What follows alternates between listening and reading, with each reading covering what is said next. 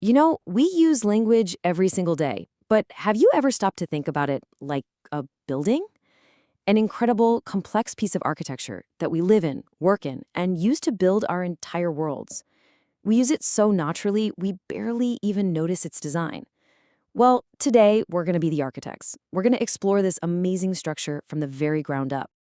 All right, so this pyramid you're looking at, that's our blueprint for today. We're going to start at the absolute foundation with the most basic materials and work our way up level by level. And you're going to see how each floor builds directly on the one below it, creating something so much more powerful than just the sum of its parts. I mean, that's really the core question, right? How do we take simple puffs of air from our lungs, shape them a bit with our mouths, and suddenly create epic stories or heartfelt apologies? It feels like straight up magic. To unravel that magic, we've got to start at square one. All right, first stop on our construction tour, the foundation. We're talking about the absolute bedrock of language, the raw material everything else is made from, sound itself. So take a look at our pyramid again. We are right down here at the bottom. We're going to tackle two things here. Phonetics, which is all about the physical stuff of sound, and then, right above it, phonology, which is how our brains actually organize all those sounds into something that makes sense. Okay, so phonetics. Think of it as the pure physics in biology of speech. We aren't even talking about meaning yet. It's kind of like studying the properties of wood before you even think about building a house. It just asks a simple question. How do we physically make and hear all the possible sounds a human can produce? And here it is, our vocal toolkit. You've got your lips, your tongue, your teeth, all the tools we use to make sounds. For example, to make a p sound, you have to use both lips, right? Well, linguists have a fancy term for that, bilabial. See? It's just mechanics, pure and simple. Okay, let's grab a sentence we can work with through this whole thing. How about, he watched the children? Now, from a phonetics point of view, we don't care at all what this means. Nope. We're asking questions like, what's your tongue doing when it hits the roof of your mouth to make that T sound in watched?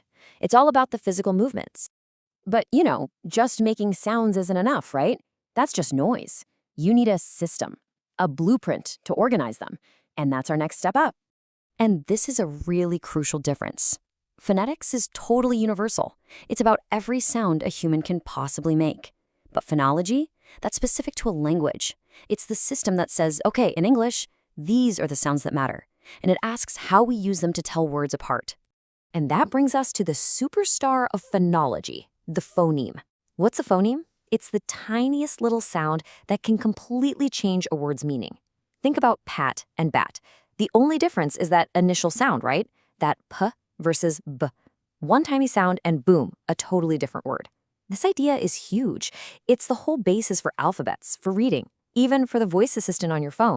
All right, the foundation's poured. It's solid. Now it's time to put up the frame of our building.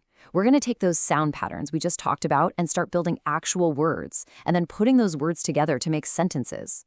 So let's head back to our pyramid and climb up to the next two floors, morphology and syntax. This is where we go from sounds to actual structures. Morphology is word building, and syntax is sentence building. Okay, morphology is maybe my favorite part. Think of it like language's Lego bricks. Seriously, it's all about finding the smallest, meaningful pieces of a word, called morphemes.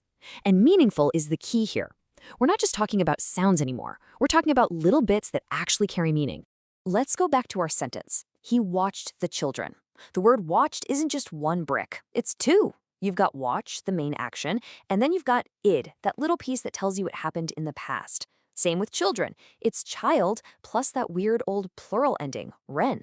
Each little Lego piece has a job to do. And just like Legos come in different shapes, you've got your 2x4s and your little flat pieces, morphemes come in different types too. The two main flavors are derivational and inflectional, and they do totally different things. Derivational ones, they're the big transformers. They create totally new words. Like you take an adjective like happy, slap ness on the end, and poof, you've got a noun, happiness, a whole new word. Inflectional morphemes, though, are more like fine-tuning. They don't change the core word. They just add a bit of grammar, like adding an ed to say something happened in the past. Ask becomes asked. Same basic word, just a little tweak. Okay, so now we have a whole pile of words, all our Lego bricks. But you can't just throw them in a pile and say, look, a castle, right? You need the instruction manual. And that is syntax. Syntax is the grammar, the set of rules that tells you how to put the bricks together, so he watched the children works, but children the watched he is just a mess. And this is what that instruction manual actually looks like in a linguist's mind. This might look complicated, but it's basically a family tree for a sentence. It shows how everything is connected, how words group together. It's the invisible structure our brains are using all the time without us even realizing it. Okay, stop and look at what we've built. The foundation is set, the walls are up, the roof is on, our structure is complete. But what's the point of a building with nothing inside?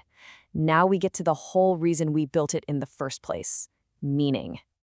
We have officially reached the penthouse of our language pyramid, the top two floors, semantics and pragmatics. This is where we go from a sentence that's just correct to a piece of communication that actually does something in the world. So let's bring back our friend. He watched the children. By now we know everything about its construction, right? We know the sounds, the words, the grammar. But what does it mean? Well, the first layer of meaning is called semantics. And semantics is super literal. It's the dictionary definition with zero context. So for our sentence, the semantic meaning is just a male person was looking at some young humans. That's all. Nothing more, nothing less. But come on, we all know language is rarely that simple, right? And that brings us to the very top of our pyramid, pragmatics. Pragmatics is all about meaning in context. It's the read between the lines part of language. It's about figuring out what someone really means based on who's talking, where they are, and what's going on around them. And this is where the magic really happens. That one sentence, he watched the children, can mean completely different things. Think about it. If you're talking about a dad at a playground, it's a sentence about love and care. If it's a researcher with a clipboard, it's about scientific observation. But if it's a stranger hiding behind a tree, suddenly it's a threat. The sentence didn't change at all. The grammar is exactly the same, but the context, the pragmatics, changes absolutely everything. So there it is, the whole magnificent structure. We went from the simple physics of sound with phonetics, to organizing those sounds with phonology, to building words with morphology, to arranging them with syntax, and finally to figuring out what it all means with semantics and pragmatics. Every single level has to be there for the whole thing to work. It's this beautiful, complex system of rules, right? So here's a final question to leave you with. If language is this perfectly designed building, then why are some of the most powerful, most beautiful, most hilarious things we ever say the ones that break the rules? What does that tell you about what language and meaning really are?